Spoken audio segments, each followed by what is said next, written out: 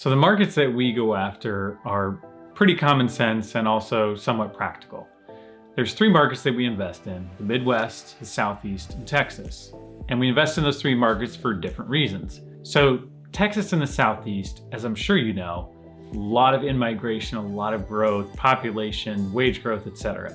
So there's a lot of good things happening in those markets. Obviously, we want to be invested in those markets in multifamily. However, there's a price that you pay for being in those markets, literally, and the higher the price you pay, generally speaking, the return's a little bit lower.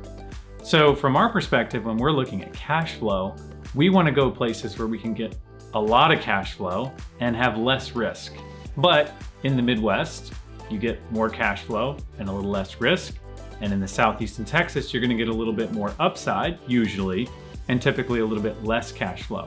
We stay pretty focused around Atlanta, Charlotte, maybe Jacksonville, Florida for the Southeast.